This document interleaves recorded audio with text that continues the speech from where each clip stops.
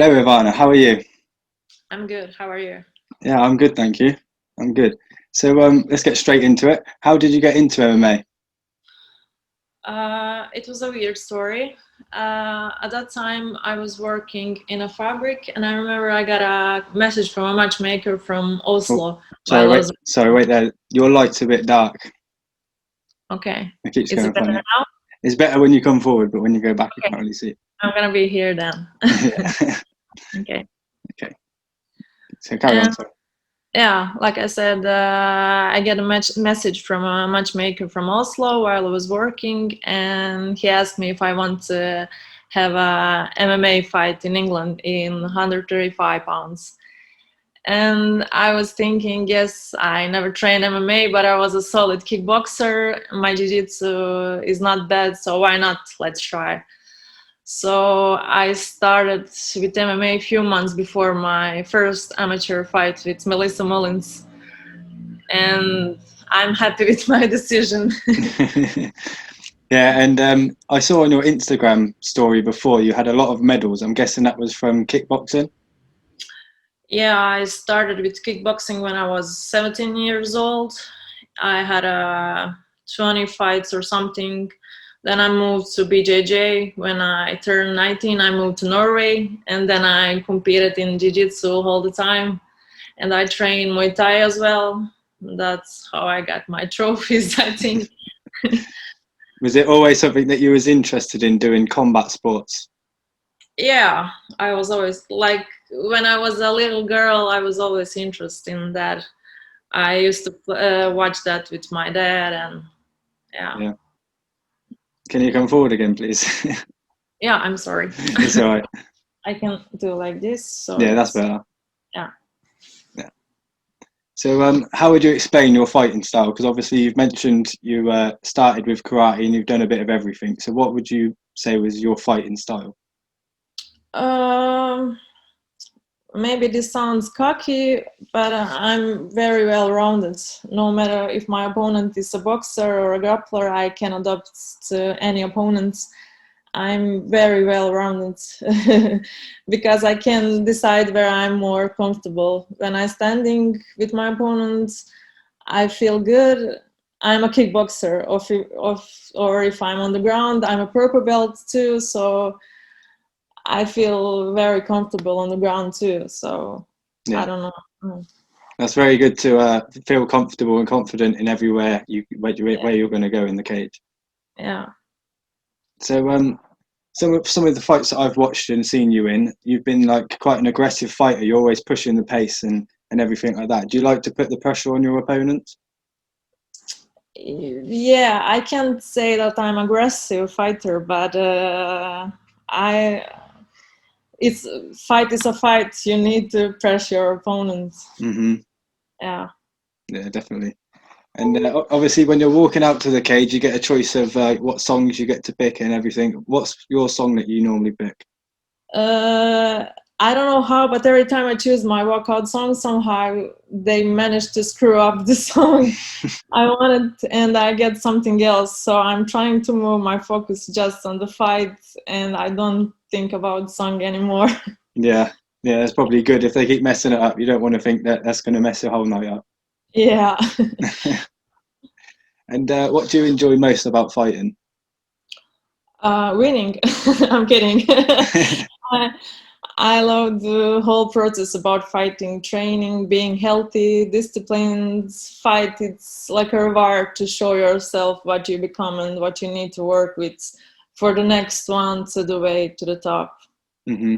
And was you always have had a healthy lifestyle?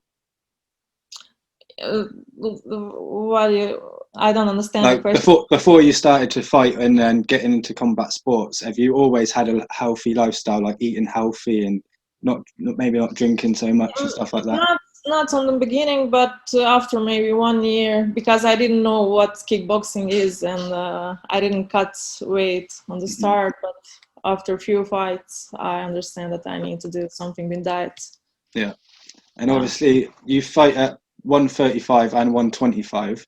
How is it for you getting down to 125? Because obviously, 135 is probably a lot easier for you.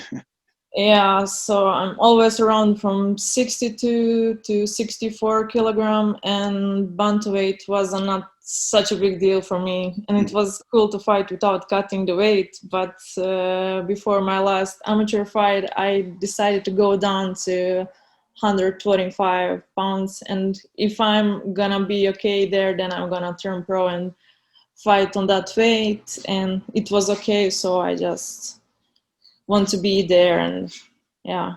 that's So a better option for me.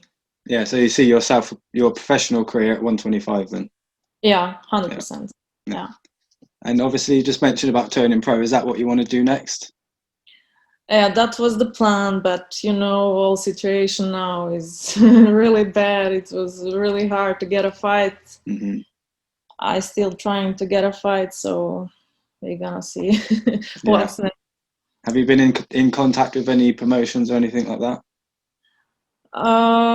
Yeah, but first I gotta get a chance to fight in Cage Warriors, but I didn't find a fighter, and that's done with that. So I need to try find another promotion, or I don't know. Yeah, definitely. It's really hard now.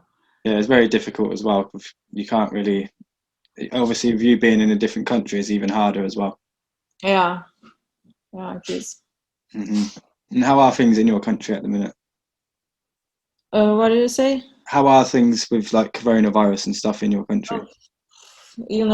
Like in other countries too, it's hard because of training. Mm-hmm. We couldn't train. It's allowed for the kids under the 19. I don't understand that. Why is that? But that's how it is. So we can't spar, but my boyfriend and his brother and his girlfriend training jiu-jitsu too, so I train with them, and I also have a gym at home, so yeah, that always helps. yeah. And what was it like before with training MMA in Norway? Because I don't know too much about it. I know obviously Jack Manson is part Norwegian. Yeah. Is there like a lot of MMA gyms everywhere, or? Yeah, it's a lot of gyms in Norway, and so much talents and potentials in MMA. But MMA is not legal here yet, so but that's Okay. another story. Yeah, that definitely doesn't help if it's not legal. Yeah, that's why so much fighters that go to fight in England and Sweden, and Yeah, definitely. And then what other things do you like doing apart from fighting? I like to fish, spend time in nature. I Mm-hmm. meditate, spend a lot of time on my motorbike, and yeah, that's it. Yeah. Do you use meditation as like a mental thing to help your fighting? Yeah, that helps me a lot, especially the last fight when I fight with Chanel Dyer. I wasn't nervous at all. I think that's because of meditation. Yeah. Yeah, I was going to say that when you like walk out to the cage, you do look very calm and like just set on your mission. Yeah, I think that's the meditation. Yeah. Because of that, yeah. Yeah, that's good. And do you feel any like extra pressure going into turning pro? No, because girls, all my fight was in England, and one of the fight was in Denmark, and it that they was not like easy fights. All that girls are on a good level, Mm-hmm. and I think is not how gonna say that like not a big difference between professional and amateur. Yeah. I understand because the women's MMA scene hasn't been around maybe as long as the men's. It obviously takes a while to build it up, and you could that's true. You could maybe say that the women and the amateur, some of them could be on the same level as the pros anyway. So. Yeah, that's true. Yeah. And obviously, you mentioned you like going on your motorbike. Have you always been into motorbikes? Yes, I'm into bike since I was a kid. Yeah. Did you ever Yeah. used to ride them when you was younger? Like Yeah, any like sports or anything?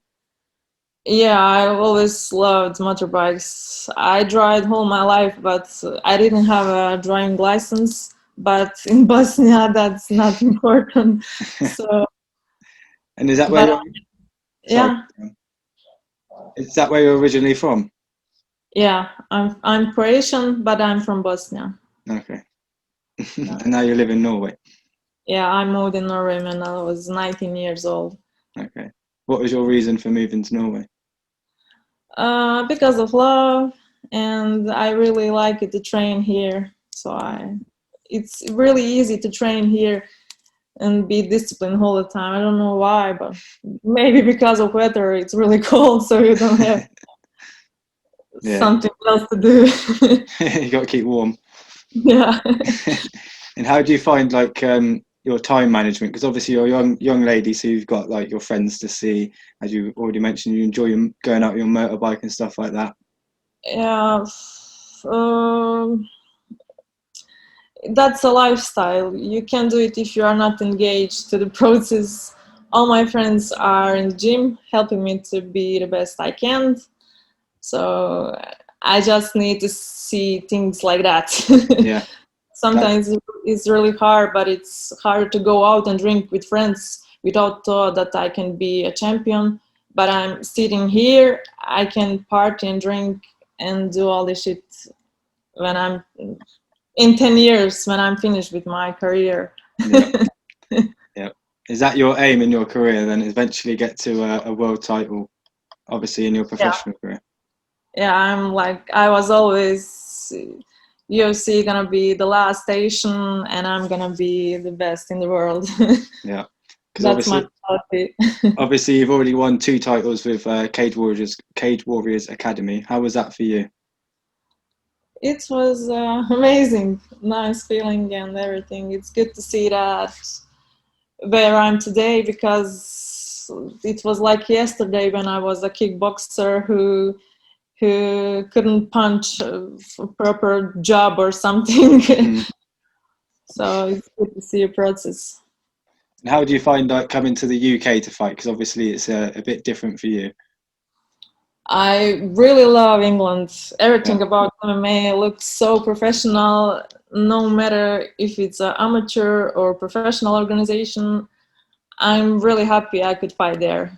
Girls amateur level are really high. It's no big difference between amateur and professional, like I said. And if I get a chance to fight there again, it will be amazing. I'm really looking forward to fight there again. yeah. And like talking about the UFC, is there any fighters that you look up to in the UFC? No, but I really like Valentina Shevchenko, and she's in my weight division. So maybe, maybe we're gonna fight one day. I don't know. Yeah, she's one of my favorite fighters as well. Yeah, me too. Yeah.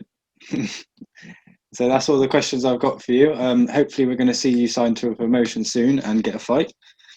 Yeah. And I look forward to seeing you in the cage again. Thank you. It was Thank you. a pleasure to speak with Thank you.